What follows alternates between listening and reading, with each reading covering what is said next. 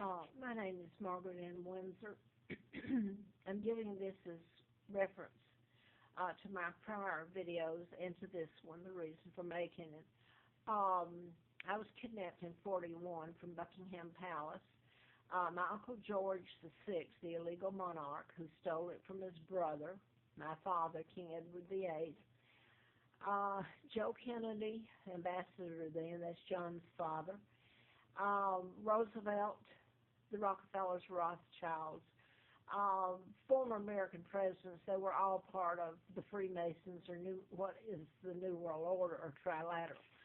So they kidnapped me, and I'm Victoria II, the legal monarch. They covered it up with a 99-year seal on my father's, forced, it was illegal. There was no abdication. It was a forced, my father was married to my mom, Georgia O'Keeffe. He never married Wallace Simpson, the American spy. A double did. An imposter became the Duke and Duchess of Windsor. So all of that's illegal. They kidnapped me, gave me a name of a twin in Moulton, Alabama. Peggy Ann Dempsey, I married a Childers. Both twins were dead, born in different years. The whole thing, just one torture chamber after other, one law after another being broken by the United States and its citizens knowingly, and they loved it. That's one thing I can say. I've laughed and crawled and begged and been tortured on a daily basis, and these people loved it. As long as they're handing out charity or pretending to be good, they're supposed to be the good guys, go and save the world, when actually they're creating and organizing the crimes and then going in and pretending to be the good guy. And one means of it just isn't the drones, it's mind control. When I told about it in 77 and wrote about it, heart bypasses, chips in it, how you could program people, control their decision making, make them go out and kill, develop cancer overnight, commit suicide, deaths of natural cause, done because of, do you believe, or do you imagine in your dreams they get to you. So now then, so you don't you've all been told and you bought it because people didn't want to hear it. It was working for you. You live in a comfortable life, America, so as long as you can keep this image that's a total lie, being the good guy, you're going to do it no matter what, no matter whose throat you cut. Just don't tell the truth. Now, the NSA, I had a letter when I did the book in 79 from the FBI out of Atlanta, U.S. Attorney's Office, William Harper. Ongoing investigation, national security involved. Back in this time, I was trying to tell people about the use of mind control and killing people, knocking them off in patterns. I got filled full of antifreeze, April Fool Day of 80. What a way to go. You got a monarchy. They've done all this in the past, stuff gone after me. I mean, hideous. And it never stopped. It should have killed me. It didn't. It was a fiasco. I put this on different tapes. I want to zero in, though, on the use of mind control.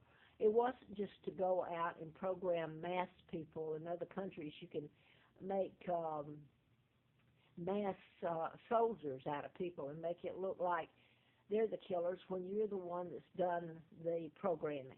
And then you go in and say you're saving America. America, did you ever consider that you're the terrorist? Really? Now, they don't like to hear that. They'll cut your throat up one end and down the other. Believe me. They'll hate you for telling the truth. One hand, and on the other say, tell the truth, so help you God. We're free Americans. Well, they were. They were free for 75 years of what they've done to me and to the British and Germans and other people. So, I'm not going to say this. I'm just keeping my fingers crossed. There's a mind control murder that was done near here. It's April of 85. It's Jens Zorings. He's a German diplomat's son. His mother's died since then, and his father's no longer a diplomat. Needless to say, he's in Buckingham, Virginia State Prison at Dillon.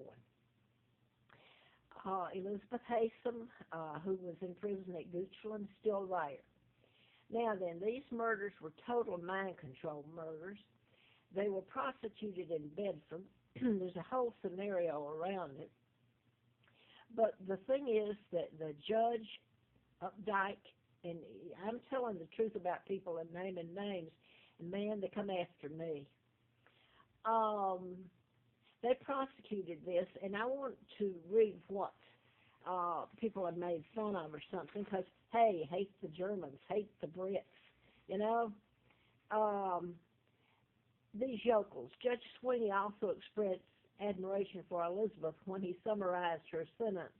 It is difficult to pass judgment on someone whose IQ probably exceeds your own, Judge Sweeney said. Elizabeth is a sensitive, poised, articulate young person who has pleaded guilty to too many offenses which easily carry maximum life sentences. Now then, she's a victim. She doesn't know. In fact, that was rescinded. I'm not even sure that was true. This whole thing was a fiasco with CBS, Keith Humphrey, all of them on it. But they didn't tell the truth. So he gave her 90 years in prison. She was, she and Jens went to college at the University of Virginia in Charlottesville. Let me say here that, because she's my cousin too, Anastasia, that was really Anastasia. You should see what the people of Charlottesville and Scottsville, where she was married to Monahan, a professor there. The Blue Ridge mental health killed her. And the DNA, that was falsified. That really was Anastasia. And they really did kill her with Halidol and the mental health.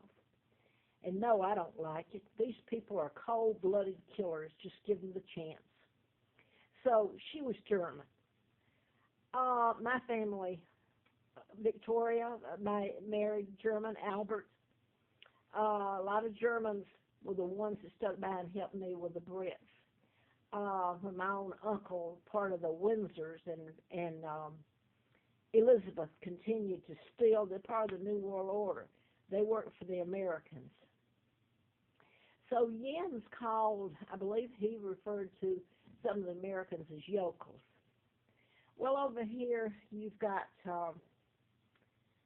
two people in prison for a crime they didn't commit. They're victims themselves. You've got the judge who is now retired.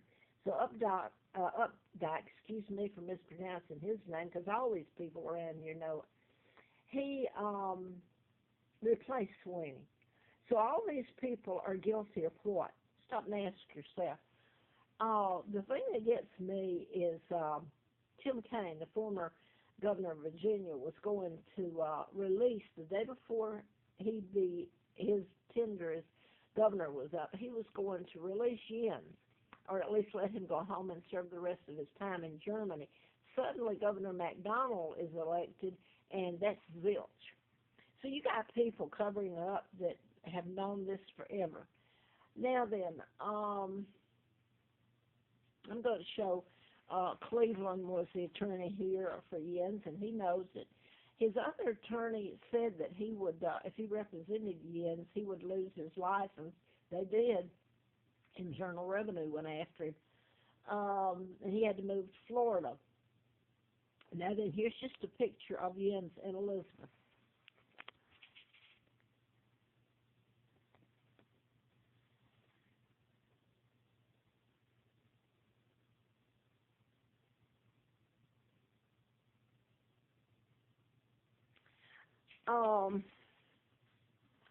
It's really hideous because I'm going to give you just a few of. I live in Roanoke, came here in October.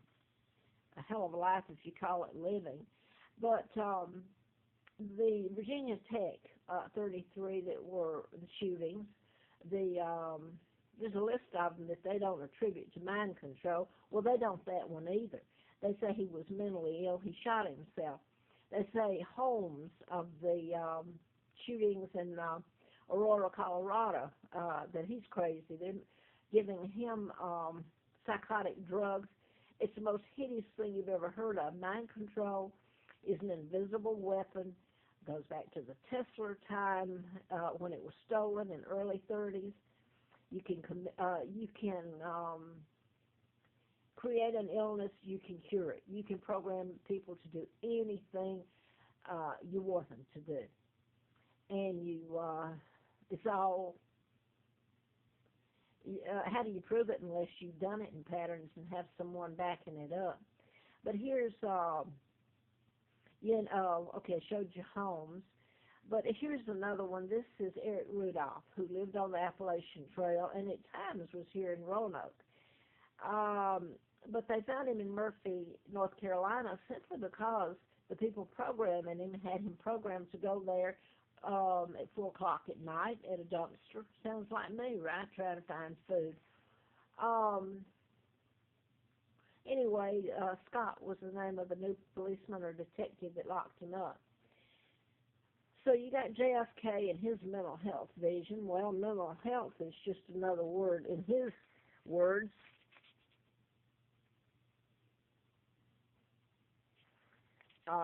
Using it for mind control,